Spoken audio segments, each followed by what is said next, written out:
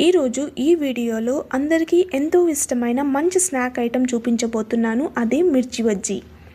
ఇప్పుడు ముందుగా ఈ మిర్చి బజ్జీని ఎలా తయారు చేయాలో ఇప్పుడు చూద్దాం. స్టెప్ 1. ముందుగా ఒక చిన్న మిక్సీ జార్ తీసుకొని అందులో జీలకర్ర, వాము, సాల్ట్ ఈ మూడు వేసుకొని ఫైన్ పౌడర్ తయారు చేసుకోవాలి. చూసారుగా, ఇలా వీడియోలో చూపిస్తున్నట్టుగా పౌడర్ తయారు చేసుకొని మనం ఒక చిన్న బౌల్లోకి తీసుకొని పక్కన పెట్టుకోవాలి. ఎందుకంటే ఇది మిర్చీలో మనము స్టఫింగ్కి వాడుతున్నాం కాబట్టి.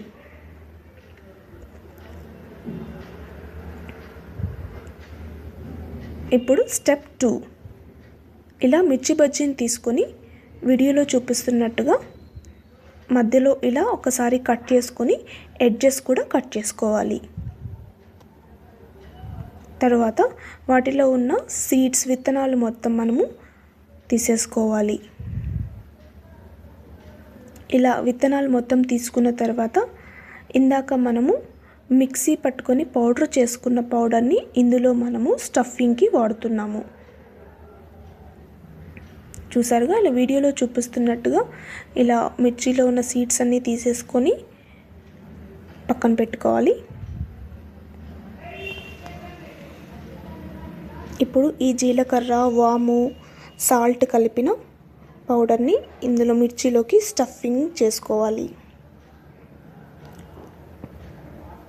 ఇలా స్టఫింగ్ చేసుకోవడం వల్ల మిర్చి మనం తిన్నా కూడా చాలా టేస్టీగా ఉంటుంది, మనకు కారం అనిపించదు. ఈవెన్ పిల్లలు కూడా చాలా ఇష్టంగా తింటారు. ఇలా మొత్తం మిర్చిలోకి స్టఫింగ్ చేసుకొని పక్కన పెట్టుకోవాలి. ఇప్పుడు మిర్చి బజ్జీ ఎలా తయారు చేయాలో చూద్దాం.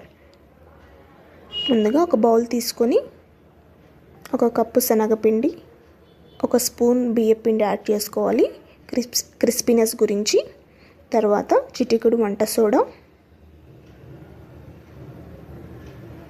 నెక్స్ట్ రుచికి సరిపడినంత సాల్ట్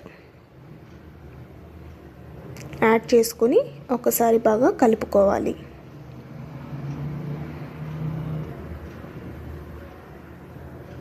తర్వాత కొద్దిగా వాటర్ యాడ్ చేసుకుంటూ దీన్ని మిర్చి బజ్జీ తయారు చేసుకుని పేస్ట్ని తయారు చేసుకోవాలి. చూసారుగా, ఈ కన్సిస్టెన్సీలో ఇలా తయారు చేసుకోవాలి. నెక్స్ట్ ఇప్పుడు మనము ఇందులో మిర్చి బజ్జీలో ఒక సీక్రెట్ ఇంగ్రీడియంట్ ఏంటంటే హాట్ ఆయిల్. కొద్దిగా ఒక 2 స్పూన్స్ ఆయిల్ని వేడి చేసి ఈ మిర్చి బజ్జీ ఇందులో శనగపిండిలో వేసామంటే చాలా క్రిస్పీగా టేస్టీగా ఉంటాయి. సో అలా హాట్ ఆయిల్ యాడ్ చేసి పక్కన పెట్టుకోవాలి. ఇప్పుడు స్టవ్ వెలిగించి కడాయి పెట్టుకొని మనము ఆయిల్ బాగా వేడి చేసుకోవాలి మీడియం హీట్ మీద. ఇలా ఒక చిన్న పిండి వేసారంటే మనకు ఆయిల్ వేడైందా లేదా తెలిసిపోతుంది. ఆ పిండి ముద్ద పైకి వస్తుంది. అలా ఇప్పుడు ఆయిల్ వేడైంది కాబట్టి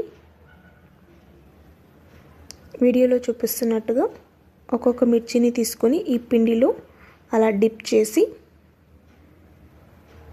మిర్చి బజ్జీని తయారు చేసుకోవాలి. మర్చిపోకండి, ఇది మాత్రం మీడియం ఫ్లేమ్లో చేయాలి, లేదంటే మిర్చి బజ్జీ మాడిపోతుంది.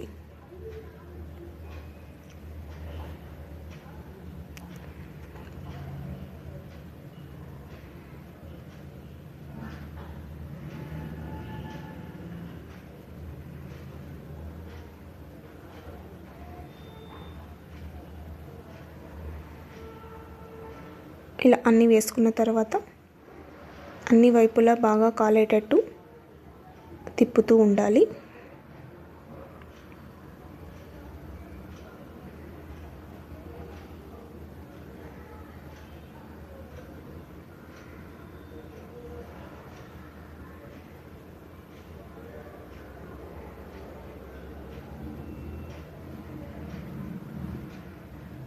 అంతే, బాగా ఫ్రై అయిన తర్వాత టిష్యూ పేపర్లోకి తీసుకొని పక్కన పెట్టుకోవాలి. అదేవిధంగా ఇంకా మిగిలి ఉన్న మిర్చీస్ని కూడా మనం ఇలా మిర్చి బజ్జీలాగా వేసుకోవాలి.